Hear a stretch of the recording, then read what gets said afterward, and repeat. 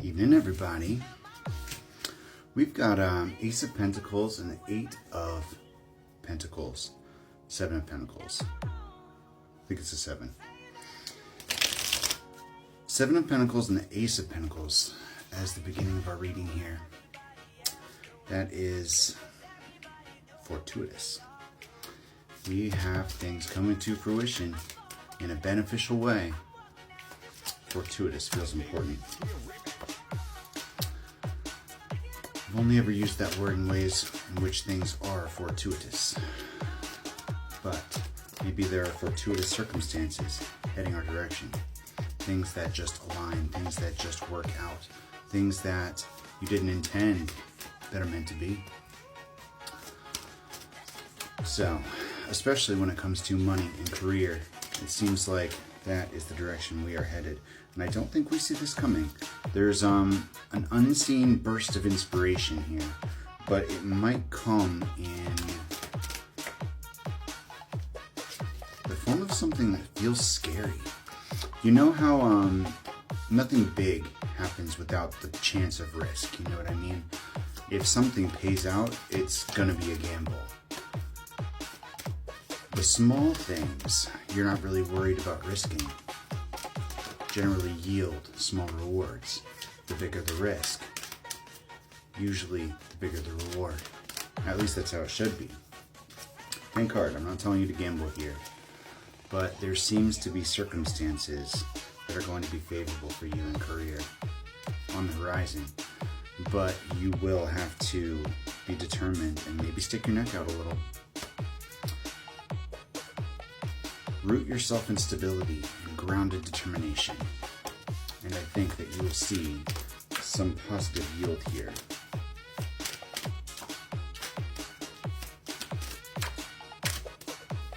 You need to let go of whatever was burdening you from the past, your past fears, I'm getting. Yeah, okay. You need to be willing to expend that energy, to put that energy out into the world. You cannot be so scared of loss that you just lose yourself here, that you lose your opportunity here. I'm getting that it's easy for you to feel the fear, but that's what needs to be overcome. That fear of loss, that fear of hurt, that fear of failure is the only thing preventing you from success. But you already have the key. Queen of Cups. Anyway, back to the key, which was the whole reason I did this reading. It came today, a little bit later than I expected, but it's got like the cross bit, and it's got a little notch down here. This is probably the best key I've gotten so far as creating a unique mold for a lock. I don't know exactly what I'm going to be locking up yet, but I'm going to be creating probably multiple, I don't know how soon this is going to happen, multiple locks that these keys are going to go to. And I'm not sure how I'm going to implement them into my life, but I do know, with the plant lights on, you can see a lot of detail on my paintings right now. Anyway, I was thinking about hanging it up there somewhere, either above or below or off to the side maybe, or maybe a different place altogether. I don't know. I haven't really decided on a hanging place. But this is my big key. It's a giant 11-inch key. It's like 11.5 inches. And I don't know why. After I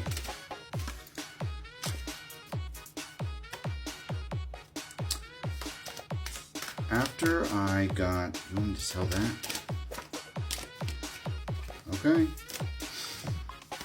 After I got the video taken of that big key on top of that cooler, it broke almost immediately. And I knew that the key was supposed to be significant, but clearly it wasn't meant to be there. It wasn't meant to be what I took home. And then I found those antique keys, strength and temperance together. Then I found those antique keys after I placed the order for this one. And 3 must be of significance here. 3 is the feminine number, the number of the divine feminine. It's I'm seeing 3 of Pentacles in my head. New beginnings and justice. This key to a new path here lies in our looking at the past. We got 6 of Cups a couple times here. And manifesting our future is somehow entangled with our perception of the past. We are having to go back through. And this has happened a couple times over the course of the journey where we are in our period of reflection. And that's what I'm calling it, because it's not giving energy to a past situation or a past person that is not making forward movement. That's a misrepresentation of what I'm doing. No shade. This is reflection. This is looking back at what we've been through, the doors that we've crossed, understanding exactly where we've been so that we can better choose for our future. And we are not reliving the emotional states of the past here. We are, from a detached perspective, acknowledging our history, acknowledging our origins, how things came to be the way they are, because the story is important. It always will be. Your story is important. Your story is what will change others. Your presence, yes. But being able to recount what you went through isn't so that you can relive your pain. Because honestly, if you're reliving it through a painful perspective, then you haven't dealt with it yet.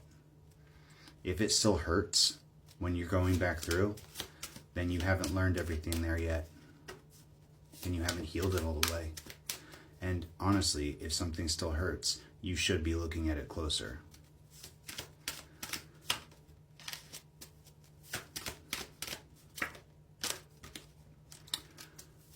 If your abandonment wound is still triggered from something that happened in the past and it hurts too much to go back through it, it hurts too much to look at it, it feels too heavy, then you haven't dealt with it. Not all the way. And I'm not saying that every wound is going to be painless eventually, but you have to be able to emotionally detach from what you've been through so that you can use it in a positive way. You know, maybe this is a good time. The roses are finally starting to fall. We've got 1 petal left on this one, and this one hasn't lost any petals yet. And I ended up just keeping the petals on my blood bags over here from Halloween.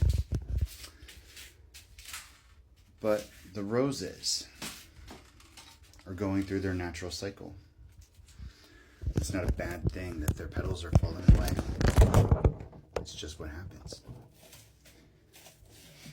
It's not a bad thing to go through a death and a rebirth. It's not a bad thing to reminisce about when the petals were opening. It's not a bad thing to remember the last bud that didn't bloom quite so big. Understanding the cycles requires you to remember. It requires your attention. In order to see the patterns, you have to place your focus on them. In order to find your key, you have to look for it. In order to understand your own mind and your own shadow, you have to examine them. You have to integrate them. You have to love them. Discarding your past is a mistake. Discarding your memory is a mistake. Dissociating completely and saying that's a different person is a mistake, because you went through those things too. When you separate that part of yourself, you will eventually have to reintegrate it. Abandoning yourself is what happens when you release yourself from your memories of the past. There's so much talk of not abandoning yourself, yet some people are so quick to do it.